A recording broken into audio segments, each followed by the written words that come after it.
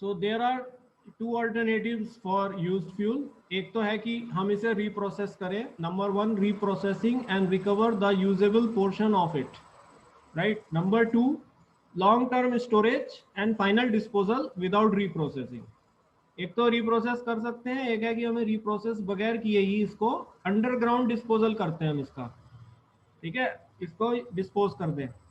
Now what is reprocessing? अगर हम reprocessing करते हैं तो the reprocessing separates uranium and plutonium from waste products. The fuel rods are chopped and dissolved in acids to separate the various materials, right? उसकी हम chopping करते हैं fuel rods की, और उसको एसिड में डिसॉल्व करके डिफरेंट मटेरियल्स को प्राप्त करते हैं।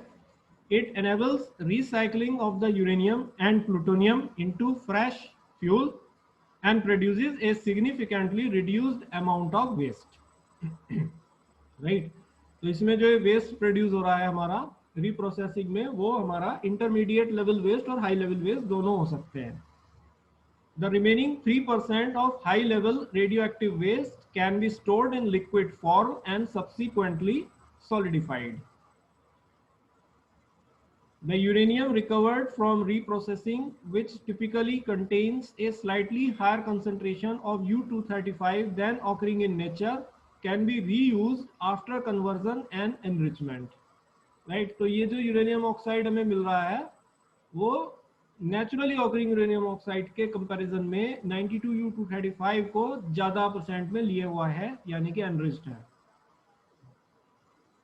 तो इस तरीके से फिर हम मिक्स्ड ऑक्साइड फ्यूल बना सकते हैं, जो मैंने आपको प्रोसेस बताया, दोनों को मिक्स करके, राइट। उसमें भी हमें एनरिच यूरेनियम मिलेगा, U-238 मिलेगा और वेस्ट मिलेगा। तो अगर ये लॉन्ग क्वेश्चन में आता है न्यूक्लियर फ्यूल साइकिल, ठीक है, तो आपको इस तरीके से लिखना है इसको। ठीक है सर। हाँ, कि यूज्ड फ्यूल जो है उसके दो ऑप्शंस हैं, या तो आप उसे डिस्पोज कर दीजिए या आप उसे रीप्रोसेस कीजिए।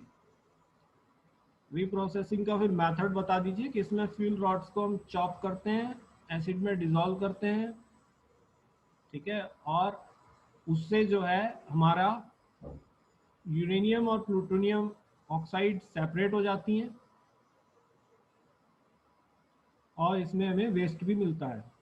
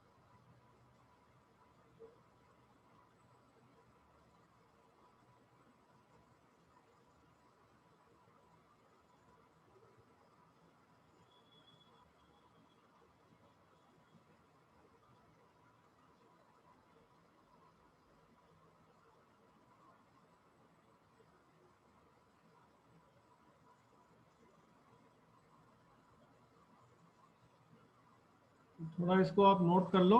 उसके बाद अगली स्लाइड पे चलते हैं।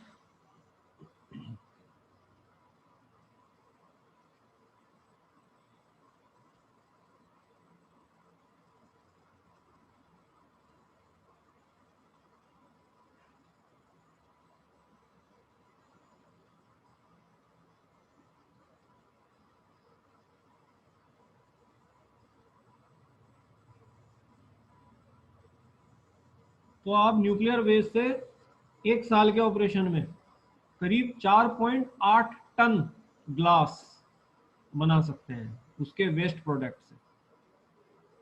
This is how you waste is product is useful, right. ये भी एक न्यूक्लियर फ्यूल साइकिल का हिस्सा होगा, आपको ये बताना होगा लास्ट में कि वेस्ट जो है ये कहाँ यूज होता है। High level waste, low level waste तो सारे रेडियो एक्टिव हैं, ठीक है, जो हर प्रोसेस हर स्टेज में निकलते रहेंगे।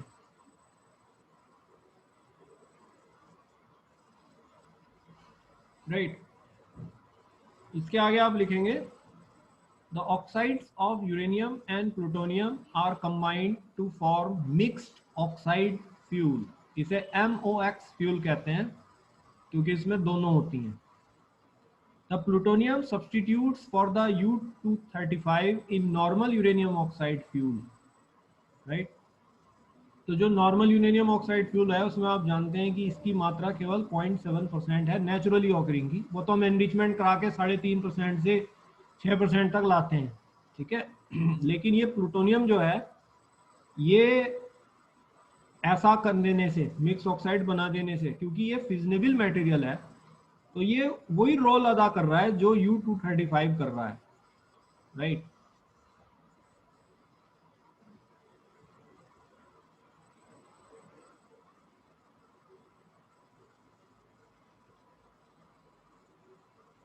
तो इसलिए मिक्स ऑक्साइड फ्यूल बनाने से हमें बहुत फायदा हुआ है, और यही हमारा रिसाइकलिंग है कि हम मिक्स ऑक्साइड फ्यूल बना लेते हैं यूज फ्यूल से और फिर उसे दोबारा से न्यूक्लियर रिएक्टर में यूज करते हैं. इससे हमें बहुत सी एनर्जी दोबारा से प्राप्त होती है बगैर फ्रेश फ्यूल लिए, राइट. तो ये भी काम किया जाता है दूसरी कंट्रीज में.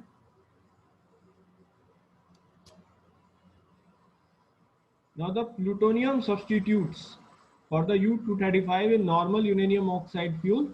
About 8 fuel assemblies reprocessed can yield 1 MOX fuel assembly, 2/3 of an enriched uranium fuel assembly, about 3 tons of depleted uranium. Depleted uranium मैंने आपको कल समझाया था, ये वो है जिसमें U-235 मौजूद नहीं है. ये पूरी तरह U-238 होता है.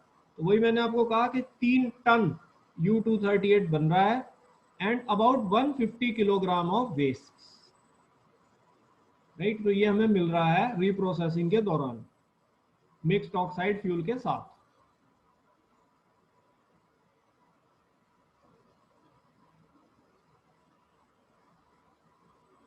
तो इस तरीके से 8 फ्यूल असेंबली का जो यूज फ्यूल था, राइट, उससे आपको एक फ्यूल असेंबली MOX फ्यूल की मिल गई जिसे आप दोबारा यूज कर सकते हो. तो एक फ्यूल असेंबली मिलना भी एक बड़ी बात है, और 2/3 फ्यूल असेंबली आपको एनरिच यूरेनियम की मिल गई है. तो ये आपके लिए यूजफुल है, क्योंकि आप तो उसे जमीन में भेज रहे थे, जमीन में गाड़ रहे हैं बगैर किसी यूज के. वो भी कर सकते हो, अगर आपको रिप्रोसेसिंग की फैसिलिटी नहीं है तो वही करोगे आप. बट अगर रिप्रोसेसिंग हो सकती है तो it is better to reprocess it, क्योंकि 1/2/3 फ्यूल असेंबली आपकी करीब करीब यूजफुल 8 फ्यूल असेंबली से बन रही है. So it avoids the need to purchase about 12 tons natural uranium from amine, right? तो करीब 12 टन यूरेनियम आप ऐसा करने से बचा लेते हैं. अब मैंने आपको बताया 1 टन यूरेनियम, ठीक है, अगर फिजन हो तो it can produce enormous amount of energy, right, जिसे हम गीगावाट डेज में मेजर करेंगे, जो कि बर्न अप कहलाता है. कल के टॉपिक में हमने पढ़ा. तो 12 टन तो एक बड़ी बात है. So the U-238 is not usable in today's fuel cycle. However, in a fast neutron reactor, it is feasible as well as giving rise to plutonium and is therefore potentially valuable. वैसे 92 U-238 usable फिजनेबल नहीं होता है, लेकिन कभी कभी जहाँ पे neutron बहुत फास्ट स्पीड में होते हैं वहां पर ये फिजन कर जाता है, और ये फिजनेबल तभी होता है जब ये प्लूटोनियम में चेंज होता है 239 में, उसके बाद फिजनेबल होता है प्लूटोनियम, राइट. बट हम तो मॉडरेटर यूज कर रहे हैं. मॉडरेटर का काम क्या है? न्यूट्रॉन की स्पीड को स्लो करना. मैंने आपको कंपोनेंट्स के दौरान बताई थी ये बात. मॉडरेटर अगर नहीं होंगे तो न्यूट्रॉन बहुत से बगैर फ्यूजन कराए भाग जाया करेंगे. इसलिए न्यूट्रॉन को स्लो करना जरूरी होता है ताकि इफेक्टिव फ्यूजन हो सके. 235 तो फास्ट से हो ही नहीं सकता, right. So today's used fuel is being seen as a future resource rather than a waste. तो आज का जो ये यूज फ्यूल है, ठीक, उसको हम एक रिसोर्स की तरह से ले सकते हैं, ना कि एक वेस्ट की तरह जिसे जमीन में ही गाड़ना है. ऐसा नहीं है. इसी यूज फ्यूल से आप रिसाइकल करके दोबारा फ्यूल बना सकते हो, जैसे मैंने बताया मेटल मिक्स्ड ऑक्साइड फ्यूल के रूप में और एनरिच्ड यूरेनियम फ्यूल असेंबली के रूप में.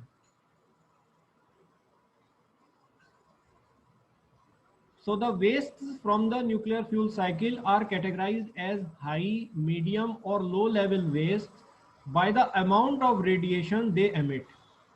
राइट तो इनको जो हाई, मीडियम और लो हम कहते हैं वो इस आधार पे कहते हैं कि कितना रेडिएशन ये एमिट करते हैं। ठीक है, तो जो सबसे ज्यादा रेडिएशन एमिट करते हैं वो लो लेवल वेस्ट होते हैं, जो कि हर प्रोसेस में हमारी निकलते रहते हैं न्यूक्लियर ऑपरेशन साइकिल में। उसी समय वेस्ट ज्यादा और रेडिएशन ज्यादा होता है, क्योंकि फिर तो हम इसे पानी में डाल देते हैं ना, जैसे मैंने आपको कल बताया था, वाटर पॉन्ड में डाल के गामा रेडिएशन को शील्ड कर देते हो आप, हीट को जो है वाटर ऑब्जॉर्व कर लेता है। फिर इसके बाद आप वेंटिलेटर में इसको ड्राई स्टोरेज करते हो यूज फ्यूल को। अब मैं उससे आगे की बात बता रहा हूँ यहाँ से। ठीक है, तो हाई लेवल वेस्ट वो होगा जिसमें रेडिएशन कम एमिट होगा, वही फिर ग्लास में यूज होगा, right. So the low level waste are produced at all stages of the fuel cycle. The intermediate level waste produced during reactor operation and by reprocessing. ये मैं आपको ऑलरेडी बता चुका हूँ कहाँ कहाँ पे ये निकलते हैं, रिएक्टर ऑपरेशन में और रीप्रोसेसिंग में इंटरमीडिएट लेवल वेस्ट होता है। The high level waste which is waste containing the highly radioactive fission products separated in reprocessing and in many countries the used fuel itself.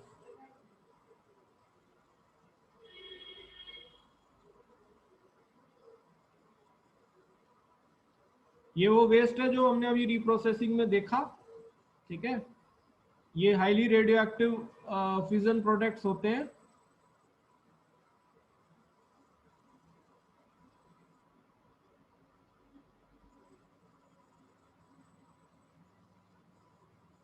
So the separated high level wastes also contain long lived transuranic elements. ये एक actinide यूरेनाइड series होती है chemistry में, I lanthanide.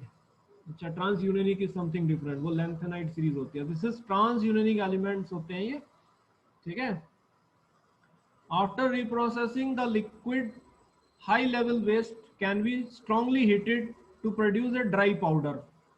इनको गर्म करके एक dry powder बनाया जाता है हाई लेवल वेस्ट का, राइट। देखो रेडिएशन तो ये कम एमिट करेंगे ना, अगर ये अभी भी ज्यादा करेंगे, न्यूक्लियर रिएक्टर सबसे ज्यादा खतरनाक होता है ना, उसी को शील्डिंग करते हैं उसकी, तो रेडिएशन तो वहीं पर सबसे ज्यादा होंगे रिएक्शन प्रोसेस में, रिएक्टर में। बट जैसे आप लो लेवल से इंटरमीडिएट लेवल से हाई लेवल जा रहे हैं तो radiations are getting less harmful, right? So after reprocessing, the liquid high level waste can be strongly heated to produce a dry powder which is incorporated into borosilicate pyrex glass to immobilize it, right? ये pyrex glass में हम डालते हैं उसको immobilize करने के लिए, यानी कि उसको strengthen करने के लिए। The glass is then poured into stainless steel containers, each holding 400 kg of glass. A year's waste from a 1000 megawatt reactor is contained in 5 tons of such glass or about 12 canisters. वही 4800 जो मैंने निकाला था, 5 ton हो गए। ठीक है, 12 canister हो गए, और ये 1 साल का वेस्ट होता है 1000 मेगावाट रिएक्टर से। इन कैनिस्टर्स की 1.3 मीटर हाई है and 0.4 metres in diameter. These canisters, these can readily be transported and stored with appropriate shielding. ठीक है, इनको हम ट्रांसपोर्ट कर सकते हैं और इनको हम शील्ड कर सकते हैं, क्योंकि रेडिएशन अभी भी एमिट हो रहे होंगे कुछ harmful. So the depleted uranium, which is primarily U-238, finds application in radiation shielding and in production of MOX, which is metal oxide fuel. ये डिप्लीटेड यूरेनियम मैंने कल बताया था, ये स्ट्रीम निकलती है, राइट। जब यूरेनियम हेक्साफ्लोराइड को आप वर्टिकल 1000 ऑफ वर्टिकल ट्यूब से गुजारते हो तो ये आ जाता है बाहर, उसके साथ साथ एनरिच्ड वाले के साथ भी ये भी बनता है डिप्लीटेड। तो ये है जिसमें U-238 ही है। ठीक है, इसका यूज हम रेडिएशन शील्डिंग में कर सकते हैं। ठीक है, और मेटल ऑक्साइड फ्यूल भी, वही मेटल ऑक्साइड फ्यूल तो इसलिए बन रहा है ना क्योंकि जो यूरेनियम ऑक्साइड है उसमें U-238 तो है ही है ना भाई। U-235 सारा, U-235 सारा थोड़ी ना है, U-235 तो इज ओनली 6%, बाकी तो सारा U-238 है। तो उसके प्रोडक्शन में बट मिक्स्ड ऑक्साइड के, ये मेटल ऑक्साइड गलत लिखा गया है, ये मिक्स्ड ऑक्साइड है, राइट? मिक्स्ड है, मेटल ऑक्साइड नहीं, mixed oxide fuel. Okay sir.